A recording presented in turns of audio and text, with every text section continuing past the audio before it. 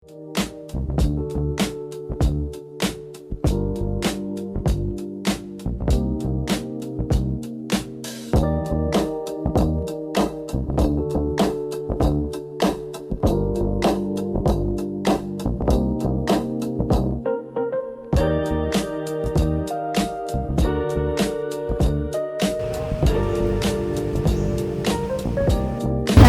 pertama, dalam tugas Bapak menjaga keamanan dan ketertiban, seberapa penting sih bagi siswa, guru, dan staf punya niat baik dan rasa tanggung jawab bersama agar sekolah ini aman dan nyaman?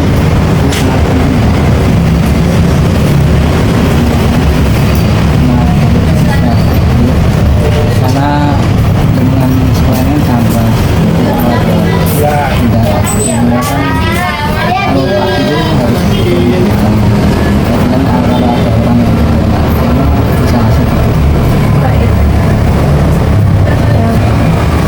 Yang kedua, saat Bapak memberikan arahan penting, misalnya soal parkir atau jam masuk, apakah kata-kata yang Bapak sampaikan itu selalu dipahami persis seperti yang Bapak maksud, atau siswa atau tamu kadang menafsirkan maksud lain?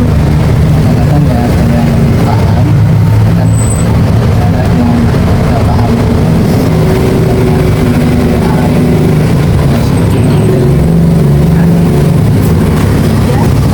Coba ceritain satu pengalaman nyata di area tugas Bapak, di mana Bapak melihat siswa atau guru saling tolong-menolong dan bersikap sopan santun tanpa diminta. Itu biasanya kan siswa itu ketemu guru itu salaman. Kalau orang biasanya guru minta ada paket yang bisa di sini minta. Terus, selain menjaga gerbang atau kebersihan, sikap baik apa yang paling sering Bapak tunjukkan saat berhadapan dengan orang tua atau tamu yang baru datang ke sekolah?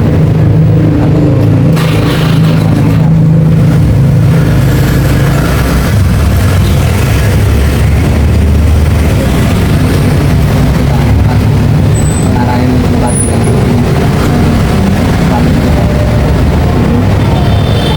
Ketika ada masalah darurat, misalnya ada barang hilang atau bahaya, bagaimana melakukan laporan atau perintah yang harus Bapak ikuti dari atasan?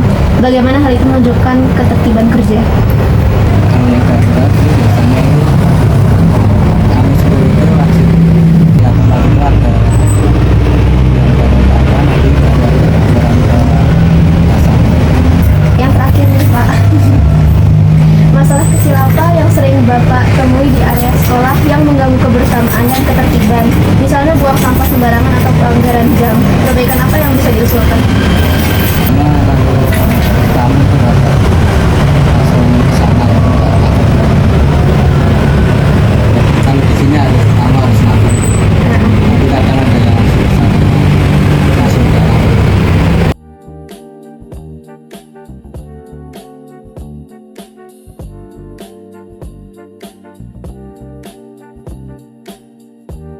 Oke, pertanyaan yang pertama. Menurut kamu, kenapa sih lingkungan sekolah ini wajib banget jadi tempat kita belajar soal tingkah laku, moral, dan etika yang benar?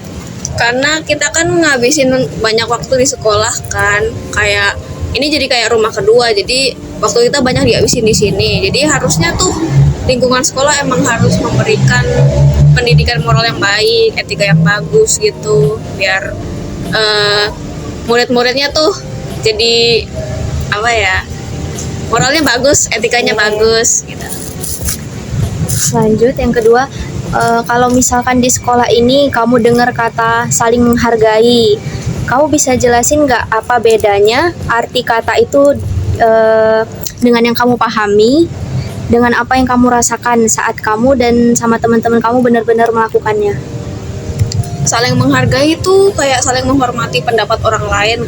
Kalau kita diperlakukan seperti itu ya rasanya pasti senang, karena kan kita juga mau didengar ya, orang lain juga pasti mau didengar. Jadi kalau saling menghargai itu nyaman, rukun.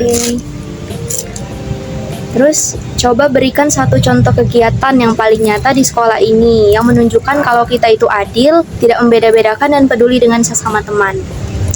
Contohnya ya itu kayak guru nih suka banget kalau bikin tugas kelompok tuh, kelompoknya kita pilih sendiri. Nah, kalau di pengalaman aku sih ya, itu sejauh ini nggak ada yang kayak istilahnya kayak bersirkel lah, kayak nggak ada yang ngumpul-ngumpul sama geng-gengnya sendiri. Mereka pasti selalu ada yang dapat kelompok dan nggak ada yang mendominasi. Terus lanjut, selain contoh yang tadi kamu sebutin, kebiasaan baik apa lagi nih yang paling sering kamu sama teman-teman kamu lakuin secara spontan yang menunjukkan kalian itu kompak dan rukun? Itu kayak selalu apa ya, selalu aktif gitu, aktif dan gimana ya, kalau ada orang yang nggak tahu informasi itu pasti dikasih tahu. Kalau dia nanya, nggak ada yang malu-malu di kelas kita, jadi semua informasi tuh selalu mengalir. Jadi saling terbuka gitu Iya, ya. saling terbuka, nggak ada yang nggak tahu informasi apa gitu. Terus kalau lagi diskusi kelompok atau rapat besar, bagaimana cara kalian itu memutuskan sesuatu agar semua orang ikut berunding dan setuju? Oh, ini kayak misal ada yang nggak ikut berunding gitu, yang males-malesan, yang nggak kerja, itu pastinya tegas ke mereka, menindaklanjuti ketidakaktifan mereka. Kayak apa ya, misal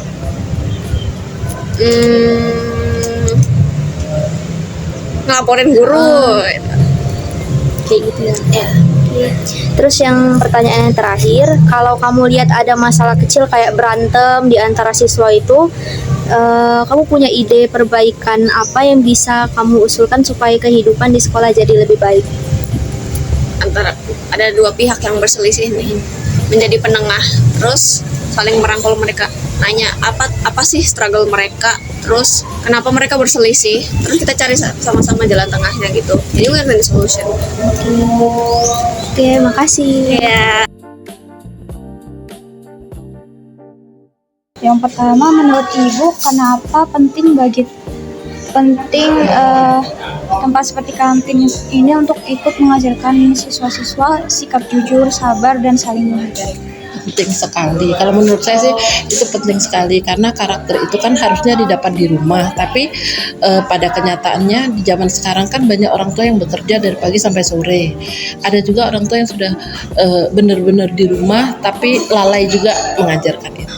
Di kantin ini jujur saya baru 3 bulan di sini. Saya sudah mendapati beberapa anak yang tidak jujur, terutama tentang pembayaran kris.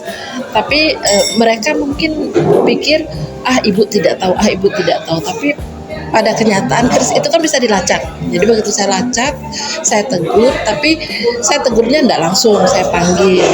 Saya bilang, kakak ini kemarin tidak masuk ininya.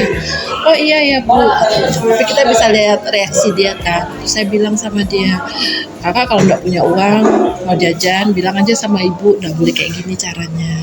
Jadi penting itu kita di kantin itu bukan hanya sekedar menjual. Kita juga harus bisa mendidik anak-anak, ya sebagaimana kita juga punya anak di rumah kan. Kalau kita semena-mena bisa jadi nanti kita tidak tahu siklus kehidupan berputar, kita tidak tahu nanti mana tahu anak saya, cucu saya mengalami seperti itu. Itu penting. Jadi saya rasa tuh di kantin tuh penting menerapkan itu. Kasih jawabannya.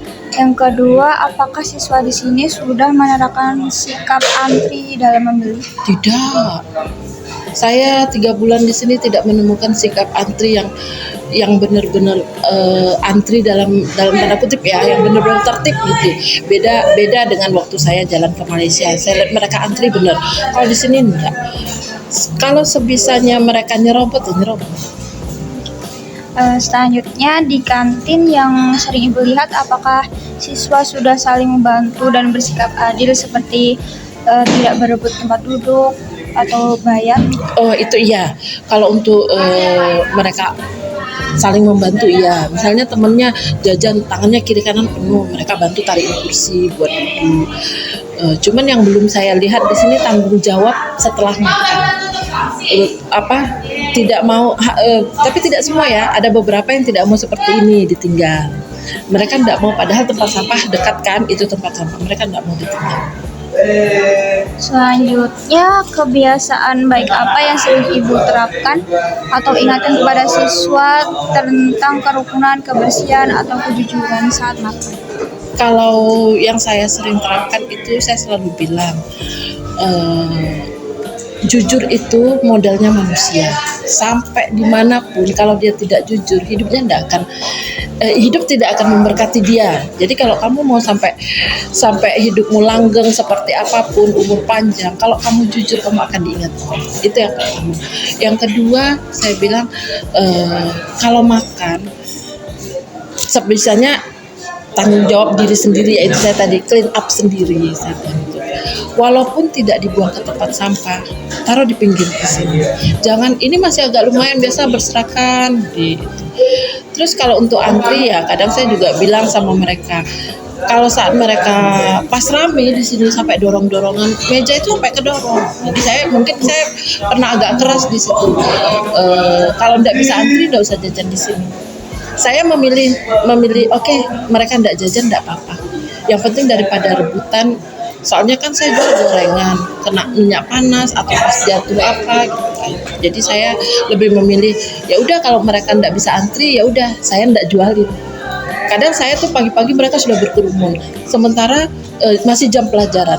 Jadi cara saya menyiasatinya, saya tidak pajang di situ, saya taruh di dalam. Kalau mereka tanya, ibu udah ada yang ready belum? Ada, istirahat ya. Salah satunya saya mau ini juga, biar anak-anak tuh punya tanggung jawab, belajar dulu.